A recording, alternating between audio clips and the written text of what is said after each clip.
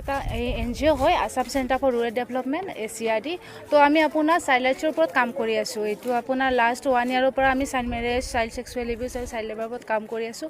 তো আমি যিটো সাৰ্ভে কৰোঁতে গম পালোঁ যে ৰিচেণ্টলি ইয়াত এটা বিয়া হৈ আছে।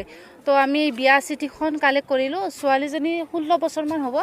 তো 16 বছৰীয়া ছোৱালীজনী তো আমি তাৰপাছত স্কুলত গ'লোঁ। স্কুলৰ পৰা তেখেতৰ বাৰ্থ চাৰ্টিফিকেট কালেক্ট কৰিলোঁ। তাৰপাছত গম পালোঁ যে তাই 2008ত জন্ম হয়। তাৰপাছত তাৰ ল'ৰাজনৰ ঘৰ ৰঙিয়াত হয়। সি মানে আপ টু এজ হয়, মানে প্ৰপাৰ এজত হয় ল'ৰাজন।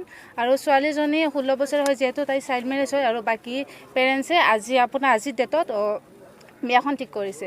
তো আমি সেইটো গম পাই মই DC ছাৰৰো ফোন লগালোঁ। তো DC ছাৰে, SP ছাৰ আৰু OC ছাৰ গোটেইখিনি লগ হৈ কিনে আমি ACRD ফালৰ পৰা ইয়াত আহিলোঁ। আহি আমি গম পালোঁ যে ছোৱালীজনী মানে সিহঁতে প্ৰথম মানা কৰিছিলে যে চাইল্ড মেৰেজ নহয়, যে তাই 18 ইয়াৰ্ছ হৈছে। তো এখন বাৰ্থ চাৰ্টিফিকেট দেখাইছিলে আমাক। তো বাৰ্থ চাৰ্টিফিকেটখন আপোনাৰ 2024 মানে লাষ্ট 5 দিন আগত সেইখন ৰেজিষ্ট্ৰেশ্যন কৰা হৈছিলে। তো ঢেকীয়াজুলি দিয়া আছিলে চাগে ন, ঢেকীয়াজুলিৰ পৰা দিয়া আছিলে। তো তাৰপাছত আমি গম পালোঁ সেইখন 5 দিন আগত যিহেতু ৰেজিষ্টাৰ কৰা হয় বাৰ্থ চাৰ্টিফিকেটখন, তো সেইখন মানে ভেলিড নহয়। আৰু তাইক 18 ইয়াৰ্ছ প্লাছ কৰি দিলে। তাৰপিছত আমি স্কুললৈ গ'লোঁ। তো যিহেতু মাক বাপেকে ক'লে যে ছোৱালীজনী ড্ৰপ আউট হয়, তো আমি স্কুল গ'লোঁ। স্কুল প্ৰিন্সিপালৰ লগত কণ্টেক্ট কৰিলোঁ।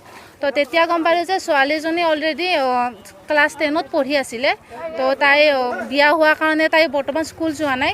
আৰু তাই 16 বছৰে হয়। আমি গোটেই আধাৰ কাৰ্ডখিনি পালোঁ, যিখিনি পেৰেণ্টছে মানা কৰিছিলে যে সিহঁতে দিবলৈ আমাক। তো আমি গোটেই আধাৰ কাৰ্ড লগতে তাইৰ বাৰ্থ চাৰ্টিফিকেট হওক, যিখিনি স্কুলৰ ৰেজিষ্টাৰ, গোটেইখিনি আমি OC ছাৰৰ লগত গৈ কিনে লৈ আহিলোঁ। তো এতিয়া আমি আহিছোঁ মাকহঁতৰ লগত যে উলিয়াই দিবলৈ, যে আপোনালোকে যদি অৰিজিনেলখন আছে উলিয়াই দিয়ক। তো প্ৰথমতে সিহঁতে মানা কৰিছিলে।